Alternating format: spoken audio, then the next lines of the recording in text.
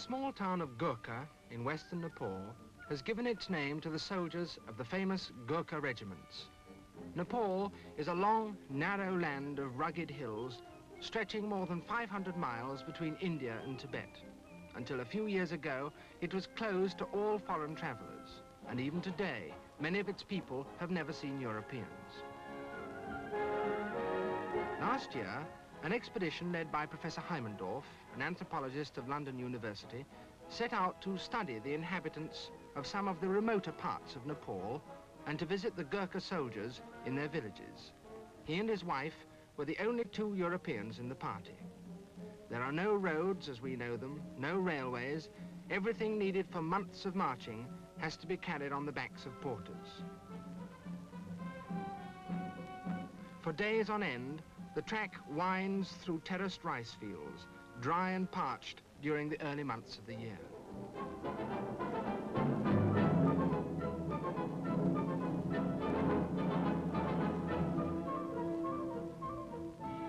Gurkha, once the capital of the hill chiefs who later became kings of Nepal, is today a sleepy little place.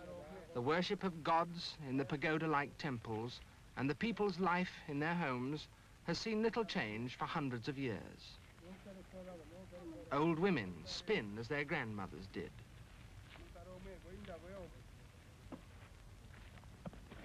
And one of the few mechanical contrivances is a tilt hammer for pounding grain.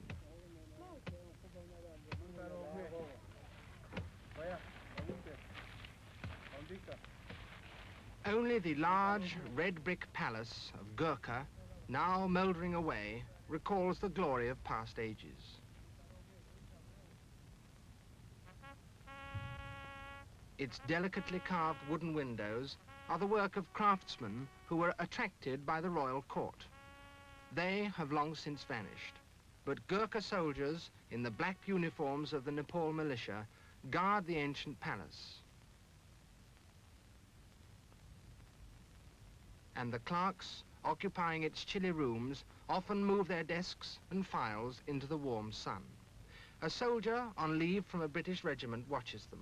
For him, there's little else to do in a place where the women are busy with their housework and washing clothes in an open well. And the men have to go to their fields carrying on their shoulders not a rifle, but a wooden plough. The Gurung tribesmen who fill the ranks of so many Gurkha regiments are sturdy farmers. In a land devoid of level ground, they score terraced fields out of the steep hill slopes and work the stony ground with their light wooden plough.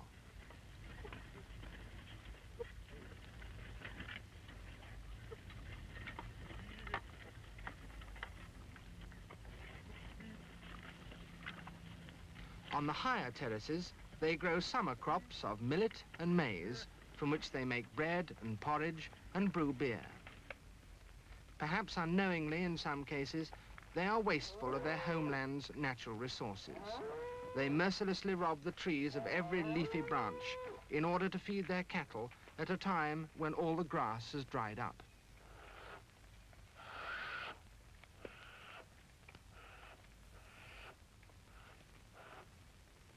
The Gurungs keep large flocks of sheep for wool and meat. In the winter, these flocks remain in the lower valleys, where they graze on the rice stubble. But when spring comes, the shepherds move with them to the higher pastures.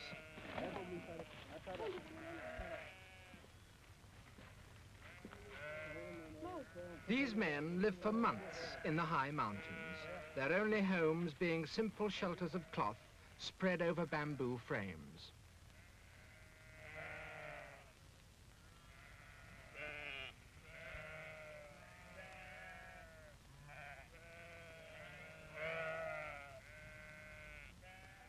On feast days, all the people congregate in the villages.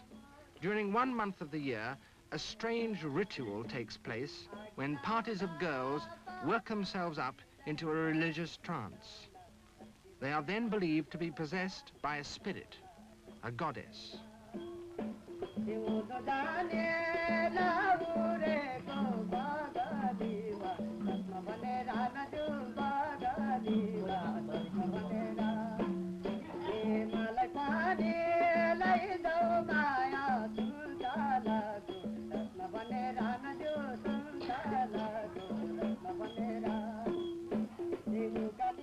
this way, the supernatural becomes part of everyday life, and the gods and goddesses of Nepal make their presence felt in the remotest villages to the simplest of people.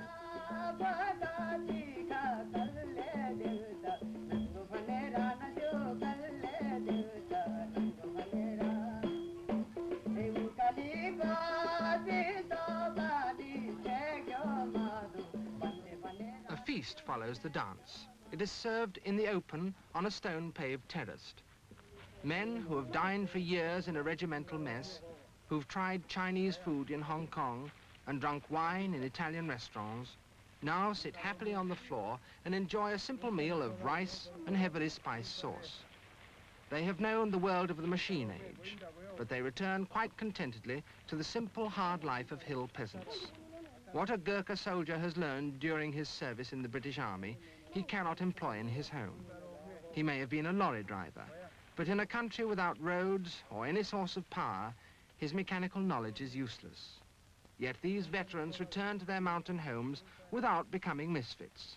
They seldom attain or even appear to wish for positions of real leadership. From the hill villages of the Gurungs, within sight of the lofty Annapurna range, the expedition turns east towards Kathmandu. As one approaches Nepal's capital, foot traffic increases. Thousands of porters carrying foodstuffs and live poultry converge on the city. In the late morning, Heimendorf and his party stop to cook a meal which must sustain them until evening. In 3 days' time, they will reach the great town of Kathmandu. The valley enclosing Kathmandu has been a center of urban civilizations for well over 1,000 years. Most of the inhabitants are neighbors, a race of town dwellers utterly different from the rustic hillmen. They have produced great artists and craftsmen, and the town is dotted with sculptures of gods, of men, and of beasts. Trade flourishes in the crowded bazaars, which for many centuries have been meeting places for the Nepalese, Indians, and Tibetans. In recent years, radio and cinema have also brought Western influences to Kathmandu.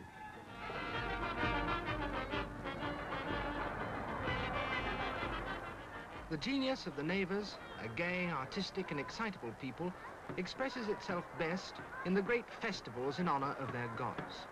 These feasts reach a climax in multitudinous processions when the images of gods are carried from square to square under ornate umbrellas, and idols inhabiting separate temples are made to meet, surrounded by surging crowds of worshippers. Under each twirling umbrella is the precious gilt image of a god carried on the shoulders of worshippers who are whipped into a trance-like frenzy by the beating of drums and the mad shouting of the multitude. Most of the spectators are women. No woman dares to mingle with a throng of excited men, but all the girls want to watch.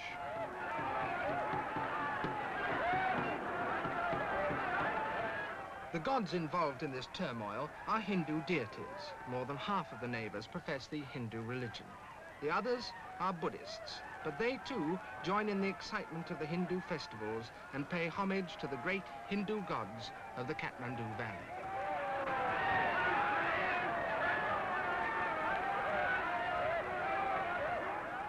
In contrast, the Buddhist temples rise in serene isolation above the noise and bustle of Kathmandu. Statues of the Buddha Sakyamuni, shaded by ancient trees, flank the approaches leading to the great sanctuary of Swayambhu.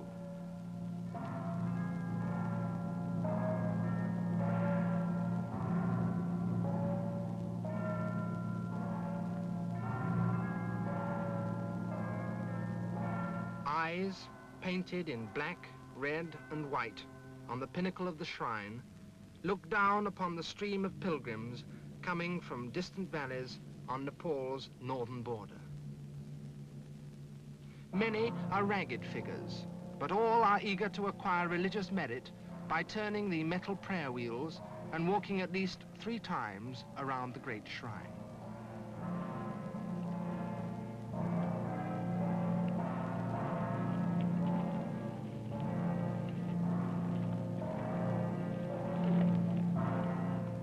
A Neva priest with a silver tray places offerings of rice and coconut into a niche of the shrine. And this is the moment one of the sacred monkeys has been waiting for.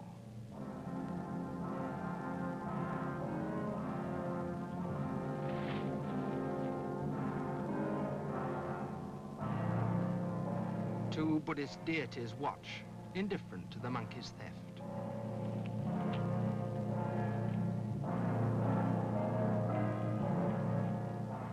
Pilgrims from the high regions of eastern Nepal leave the great sanctuary, and the expedition too sets out on a long trek towards the east, with Darjeeling in India as its objective, still months of marching away. 20 porters carry equipment, tents, and basic provisions.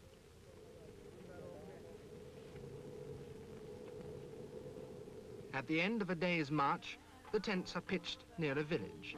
It's a settlement of the Tamang tribe of hillmen, lying 3 days' journey east of Kathmandu. The well-built houses, painted white and apricot, are not huddled together, but separated by their owners' fields. At the foot of a small hill stands a Buddhist temple, and prayer flags flutter in front of people's houses. Sheaves of maize hang under the eaves to dry.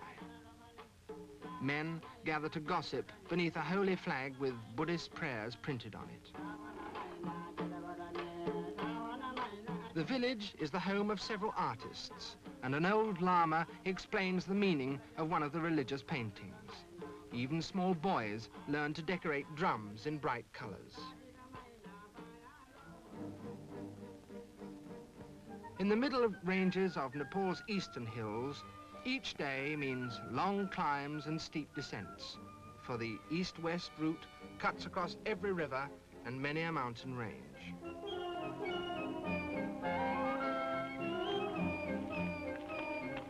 Villages are tiny and far between, but now and then the travelers pass a small temple. Here, a solitary shrine, rather neglected, offers refreshment to the thirsty porters. Exquisite stone carvings adorn its walls. Who carved them? There's no one to ask. A few days pass. Slowly, the vegetation changes as the expedition reaches a region lying above 8,000 feet. There are forests of pine and rhododendron, ranging in color from near white to deep rose. The ground is studded with mauve primulas. Patches of snow linger in shady hollows higher up, where the shrub rhododendrons are not yet in flower. One of the porters samples the cool snow.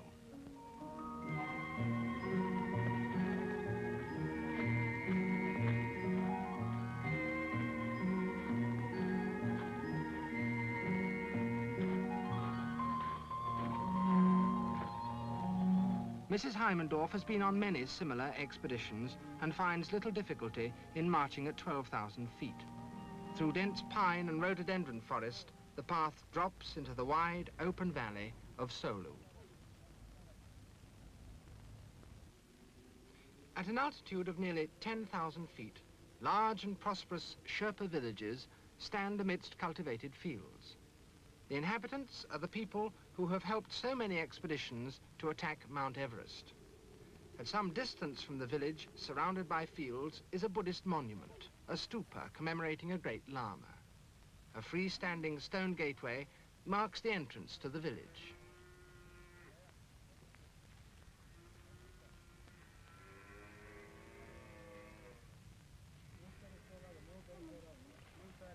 Nearby is the courtyard of the three-storied temple. The colorful frescoes on the walls and ceilings of the temple depict the Buddhas of past and future ages, and some of the divinities of the Buddhist heaven. From Solu, the party moves on to the valley of the Dudkosi River. After walking some hours in the early morning, the custom is to halt near a stream or a river at about 10 o'clock and allow the porters time to cook their food, to eat at leisure, and to wash their clothes.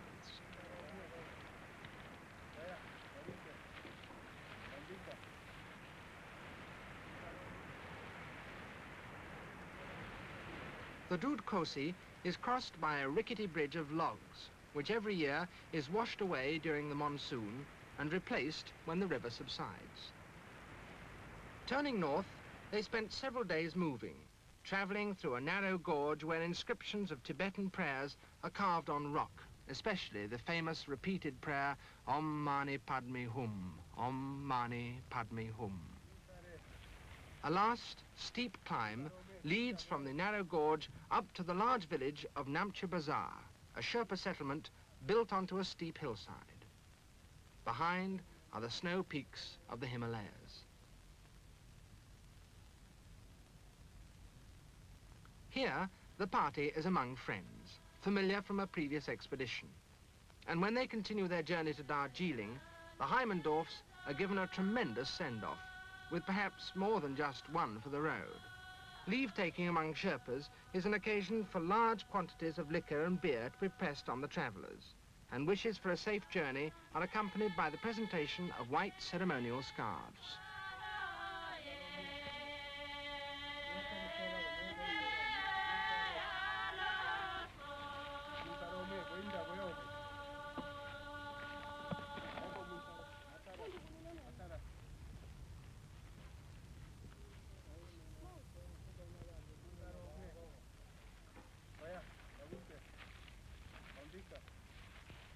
For several days, the track leads through Sherpa country. But to avoid a mountain range, impassable for heavily laden porters, the party has to descend once again to an area of subtropical forests.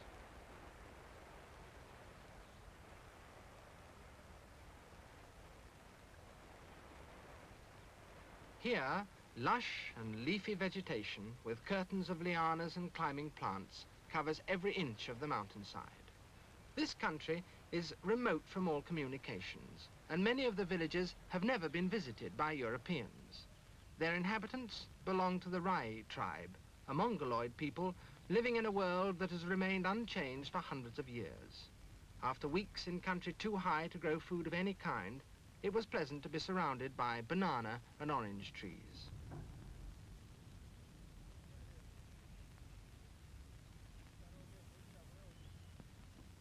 The unhurried rhythm of village life is broken only by an occasional feast or a marriage, when men, wearing headdresses of hawk's feathers, dance to the rhythm of drums.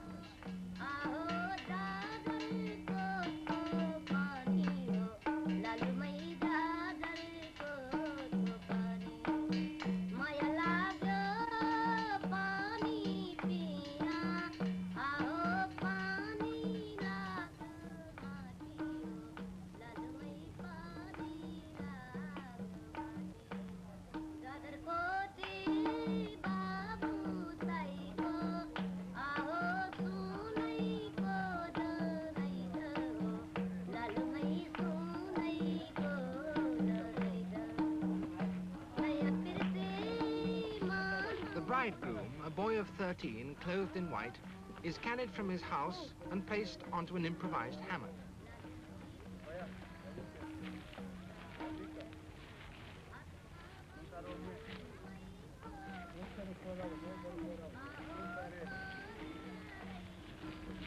Rice is thrown at the bride, a girl several years older than her young bridegroom, whose forehead is now plastered with rice and red paste to bring good fortune.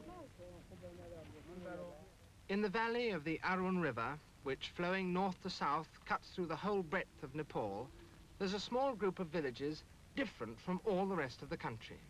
For here the houses and granaries are built on wooden poles, and getting out of one's house means climbing down a ladder.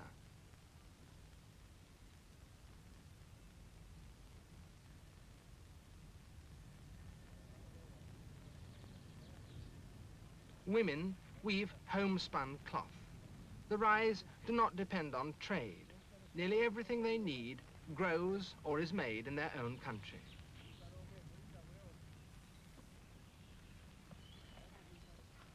Farther upstream, the Arun Valley narrows, but there seems to be no way of getting over to the east bank of the river. A single rope spanning the river serves the local people as a bridge, but for those unused to acrobatics, it would have been foolhardy to attempt such a crossing. In any case, the loads could hardly have been got from one bank to another in this way.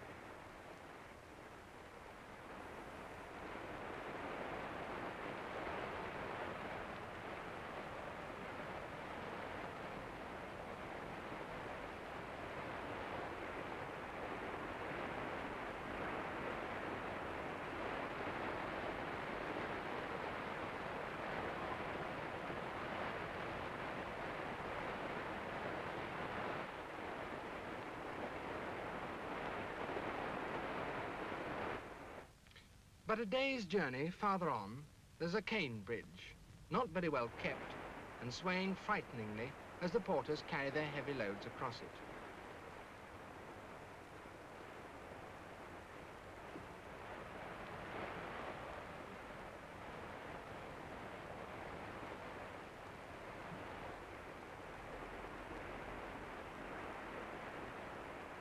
Such bridges are used until they finally break, and then a new bridge is built of cane and bamboo.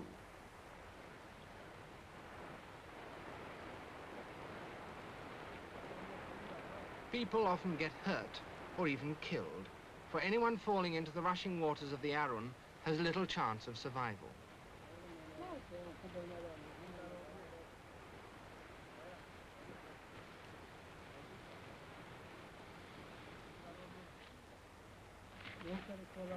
Even Mrs. Heimendorf finds it best to take her boots off.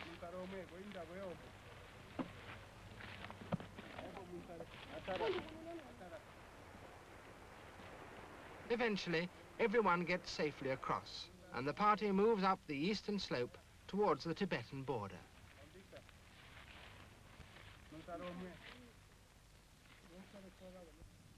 The first people they meet describe themselves as Ka Botias. They, and in fact the whole population on both sides of the Arun Gorge, seem to be a mixture of a local tribe and immigrant Tibetans. Their huddled villages are not so well planned and spaced out as the Sherpa ones. Women are busy with the harvest of a small variety of millet. This is their main crop. There's more than enough to eat as well as to use for brewing beer. At this time of the year, they and the children spend most of their days in the harvest fields. They cut off the ears of grain with small sickles, and once the basket is full, it is taken straight to the thrashing floor. Cattle, bred from Indian stock, graze among the stubble.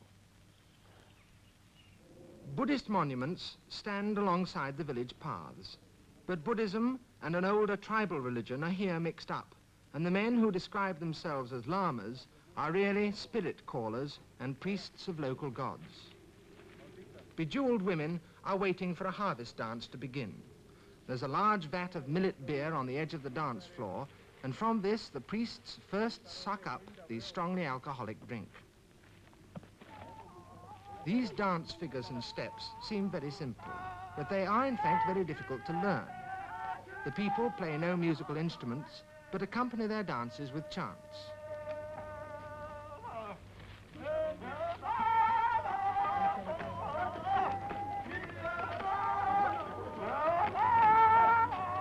No one stops the children drinking the beer when they feel like it. Before long, the dancers get pretty tipsy. Even so, their steps never falter. With plenty of beer, a handful of straw, and occasional rests, they keep going for hours.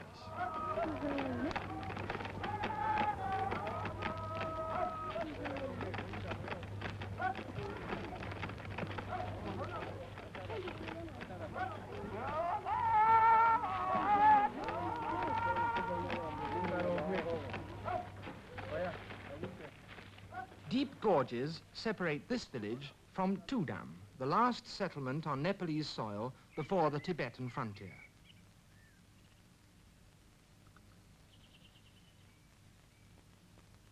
Its inhabitants make a living almost entirely from the manufacture of incense, a commodity for which the Tibetan monasteries provide a large market and pay well. Simple, water-driven mills grind the wood of the juniper tree to pulp, a block of juniper wood being attached to a crankshaft and rubbed on a rough stone.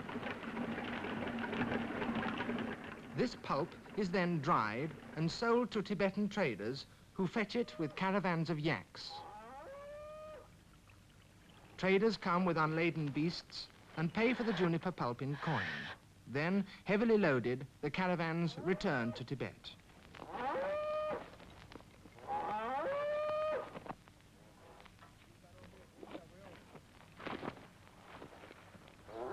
Tudam is the starting point of the crossing of the mountain range which divides the Arun Basin from that of the Tamar River. The only route across that high range leads over a pass which is already under snow. With the autumn well advanced, there's always a danger that winter weather will close the passes. In a matter of hours, routes can become blocked.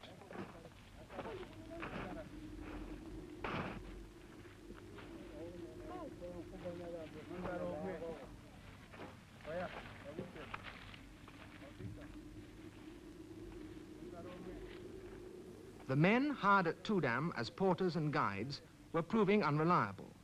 Suddenly, they refused to advance.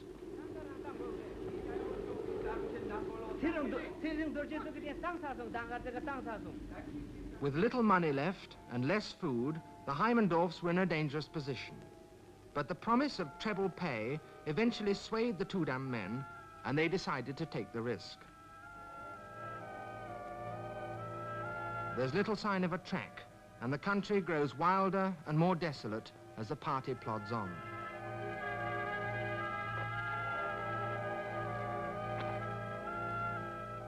Ice pinnacles stand to left and right, and the air becomes bitterly cold. It isn't difficult to get lost in this wilderness of ice and rock, and every hour counts. Nobody, not even the porters and guides, is certain of the track.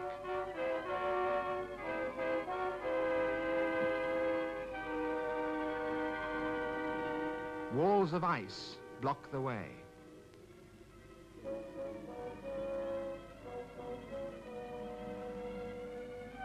When they do get through, they face an even more dangerous obstacle. This torrent rushing over a bed of green, solid ice. A slip here will be fatal.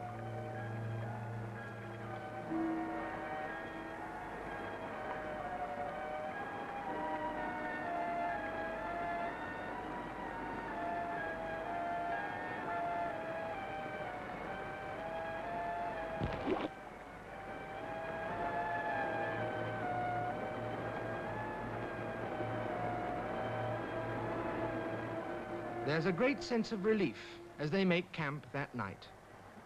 The porters build their fires with the last of the wood which they've carried with them since they left the tree line many days ago.